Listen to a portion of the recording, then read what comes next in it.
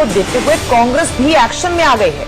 बापू की 150वीं जयंती के मौके पर कांग्रेस देश भर में पदयात्राएं निकाल रही है। ये सीधी तस्वीरें देखिए, ये तस्वीरें राहुल गांधी की हैं जो दिल्ली से पदयात्रा निकाल रहे हैं और उसके बाद देखिए कितना हुजूम उमड़ा हुआ है कांग्रेस कार्यकर्ताओं का। लेकिन यहाँ पर धक्का मुक्की और कुछ हद तक सिचुएशन आउट ऑफ कंट्रोल होते हुए भी नजर आ रही है। आप देख सकते हैं क्योंकि एसपीजी के लोग हैं, उनसे कुछ बात करते हुए राहुल गांधी नजर आ रहे हैं।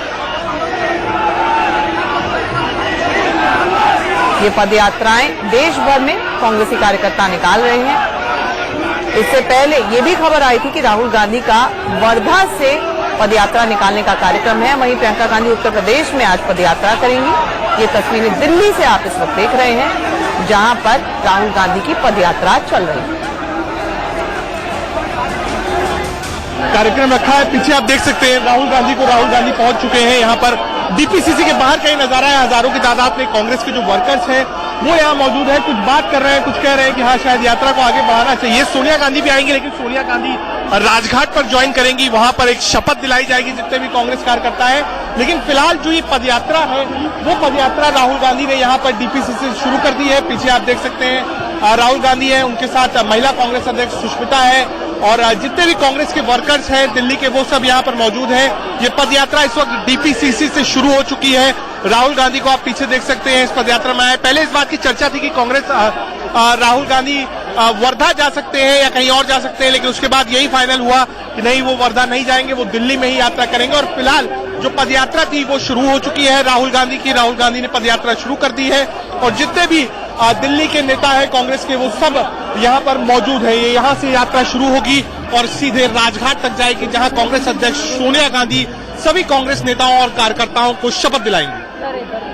आज कांग्रेस ने पदयात्रा का कार्यक्रम रखा है, पीछे आप देख सकते हैं राहुल गांधी पहुंच चुके हैं। यहाँ पर डीपीसीसी के बाहर का ही नजारा है। हजारों की तादाद में कांग्रेस के जो वर्कर्स हैं वो यहाँ मौजूद है, कुछ बात और हजारों की तादाद में कांग्रेस के कार्यकर्ता नेता पहुंचे हैं। राहुल गांधी के इर्द गिर्द आप देखिए सुरक्षा का घेरा है और बहुत सारी भीड़ है कांग्रेस कार्यकर्ताओं की यहाँ पर और राजघाट तक पहुंचने का कार्यक्रम है। ये जो तस्वीरें आप देख रहे हैं ये डीपीसीसी यानी कि दिल्ली प्रदेश कांग्रेस कमेटी के दफ्तर के बाहर की तस्वीरें हैं जहां पर बहुत सारी भीड़ है कांग्रेस कार्यकर्ताओं की यहाँ पर और राजघाट तक पहुंचने का कार्यक्रम है। ये जो तस्वीरें आप देख रहे हैं ये डीपीसीसी यानी कि दिल्ली प्रदेश कांग्रेस कमेटी के दफ्तर के बाहर की तस्वीरें हैं जहां पर बहुत सारे नेता कार्यकर्ता इस आयोजन में इस पदयात्रा में शरीक होने के लिए पहुंच गए हैं। और ये यहाँ से यात्रा का जो कारवां है पूरा का पूरा बताया जा रहा है राजघाट तक जाएगा। पीछे देखिए साथ में सुष्मिता देव भी कांग्रेस की नेता हैं, वो नजर आ रही हैं, प्रवक्ता है कांग्रेस की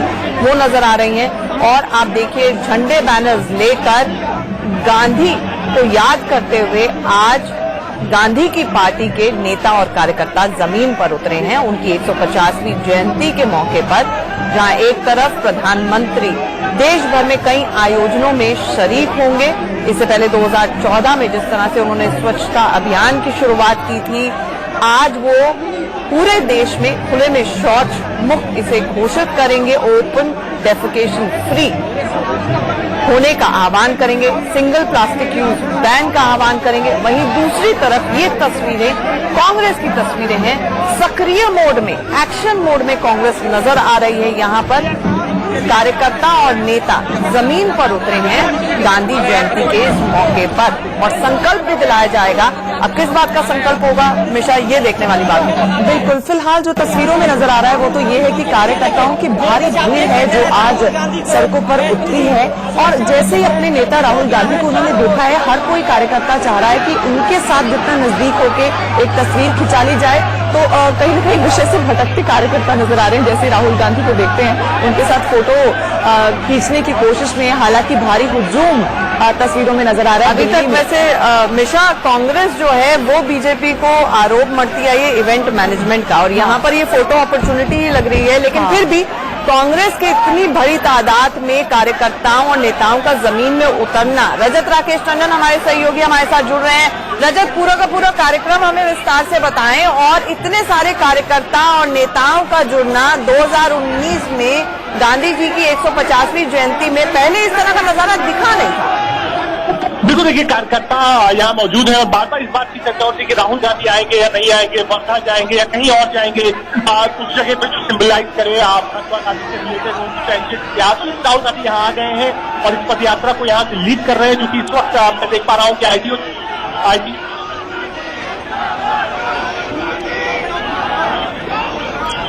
रजत, हम चाहेंगे आप अपना ऑडियो दुरुस्त कराएं, आपकी आवाज चली गई है, लेकिन बहुत भारी तादाद में हम देख पा रहे हैं कि सुरक्षा के भी कड़े इंतजामात हैं यहाँ पर और सड़क के चारों ओर जहां तक नजर दौड़ाई जाए कांग्रेस के कार्यकर्ता और नेता दोनों ही मौजूद यहाँ पर नजर आ रहे हैं। पहले इस तरह की अटकलें थी, जिस तरह से मिश्रा रजत भी बता रहे थे कि वर्धा में इस तरह की पदयात्रा निकालेंगे, लेकिन यही राजनीति परसेप्शन का खेल होता है, पब्लिसिटी का खेल होता है। वर्धा में अगर राहुल गांधी होते, पता नहीं इतने लोग वहां पर जुट पाते या नहीं। हमारे साथ रजत जुड़ रहे हैं। रजत जी, अपनी बात पूरी करें।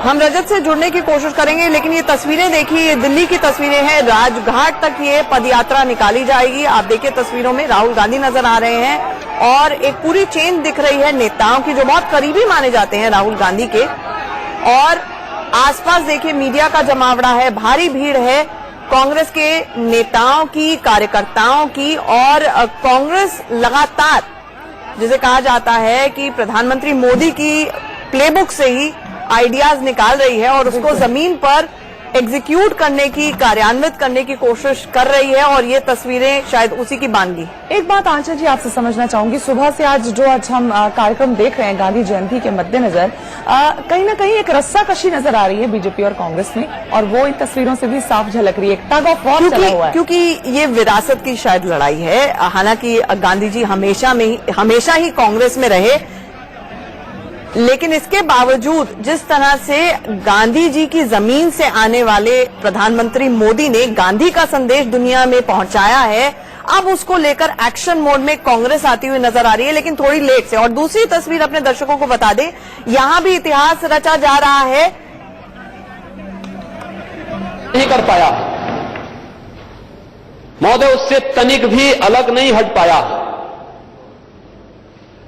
क्योंकि जिन लोगों ने प्रदेश में 14-15 वर्षों तक जंगल राज स्थापित किया, अराजकता पैदा की, गुंडागिर्दी पैदा की, प्रदेश के संसाधनों को लूट खसोट का जरिया बनाया, के प्रदेश के 23 करोड़ जनता के हितों के बारे में चर्चा करना कहां अच्छा लगता है? कैसे उन्हें अच्छा लग सकता है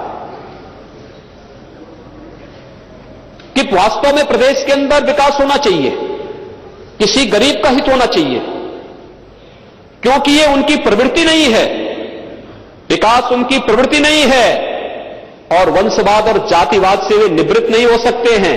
यह भी दुर्योधन पहले ही कह चुके हैं, तो स्वाभाविक रूप से उससे वे अपने आप को अलग नहीं कर सकते थे।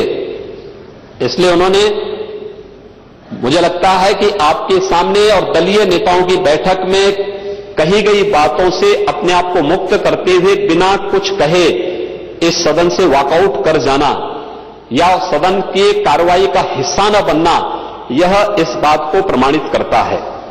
दूसरा, जिन लोगों ने गांधी जी के नाम पर देश की सत्ता में सर्वाधिक दिनों तक शासन किया, उन लोगों का यह कहना कि हम सदन की कार्रवाई का बहिष्कार कर रहे हैं, मुझे आश्चर्य होता है कि गांधी जी का इससे बड़ा अपमान गांधी जी के नाम पर सत्ता हथियाने वाले लोगों के द्वारा हो, यह तो अपने आप में बहुत ही अशोभनीय कार्य है।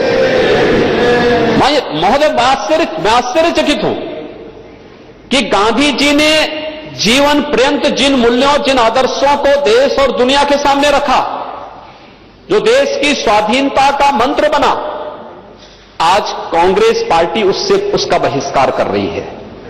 उन्हें सादगी से मतलब नहीं, क्योंकि हम स्वदेशी की बात करते हैं तो कांग्रेस विदेशी की बात करती है, हम राष्ट्रीयता की बात करते हैं तो वे आतंकवाद की बात करते हैं, हम लोग भारत के अंदर स्वावलंबन की बात करते हैं तो वह देश को प्रावलंबी बनाना चाहते हैं, हम प्रदेश के अंदर विकास की बात करते हैं तो विपक्ष में बैठे हुए समाजवादी पार्टी और बहुजन समाजवादी पार्टी के हमारे मित्रगण जातिवाद की बात करते हैं, हम प्रदेश के गरीबों के उत्थान और उन तक शासन की योजनाओं का लाभ मिले इसकी चर्चा करते हैं, तो इन्हें लगता है कि जैसे इनके व्यक्तिगत हितों पर कुठाराघात हो रहा हो, तो इन्हें यह भी बुरा लगता है और वे लोग इससे तिलमिला उठते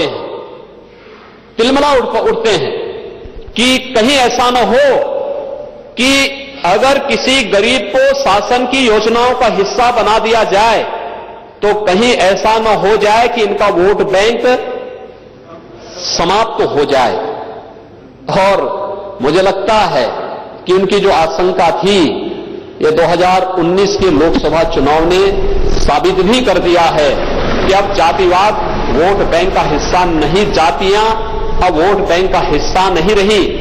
प्रदेश के गरीब ने, प्रदेश के किसान ने, प्रदेश के मजदूर ने, प्रदेश के नौजवान ने और प्रदेश के प्रत्येक तबके ने विकास में अपनी सहभागिता सुनिश्चित करते हुए इस बात को सुनिश्चित किया है कि आजादी के बाद श्री नरेंद्र मोदी जी के नेतृत्व में भारत विकास के जिन लक्ष्यों को प्राप्त करने के लिए आगे बढ़ा है, इसमें भारत की 130 करोड़ की आबादी की सहभागिता सुनिश्चित है और उत्तर प्रदेश की 23 करोड़ जनता ने भी उसी के साथ अपने आप को संबद्ध किया है। इस दृष्टि से विपक्ष के मित्रों का तिलमिलाना बहुत यानी मुझे लगता है कि उनके स्वयं के स्वभाव का हिस्सा हो सकता है, ये वास्तविक नहीं है और उन्हें जनता इसका समय समय पर सबक भी सिखाई है और आगे भी सबक सिखाएगी। And there you were in fact listening in to the Uttar Pradesh chief. और ये हम तस्वीरें आपको दिखा रहे हैं, ये है पदयात्रा की राहुल गांधी की। और इससे पहले आप योगी आदित्यनाथ को सुन रहे थे, उत्तर प्रदेश के मुख्यमंत्री, क्योंकि वहां पर 36 घंटे का मैराथन सत्र है जो लगातार चलता चला जाएगा, लेकिन उसका कांग्रेस बहिष्कार कर रही है, जिसको लेकर योगी आदित्यनाथ हमला बोल रहे थे कांग्रेस में कि किस तरह से अब कांग्रेस ही गांधी जी का जो संदेश था कि अहिंसा के रास्ते पर चलकर अपना काम करें, और गांधी जी के ही उस रास्ते पर कांग्रेस चलती हुई नजर नहीं आ रही। विरासत की लड़ाई है हमेशा, और बड़ा सवाल यही है कि गांधी जी तो सबके हैं, लेकिन गांधी जी के रास्ते पर कौन चलेगा, उनका कौन है? वो अभी तक तस्वीरों में तो नजर नहीं आ रहा है।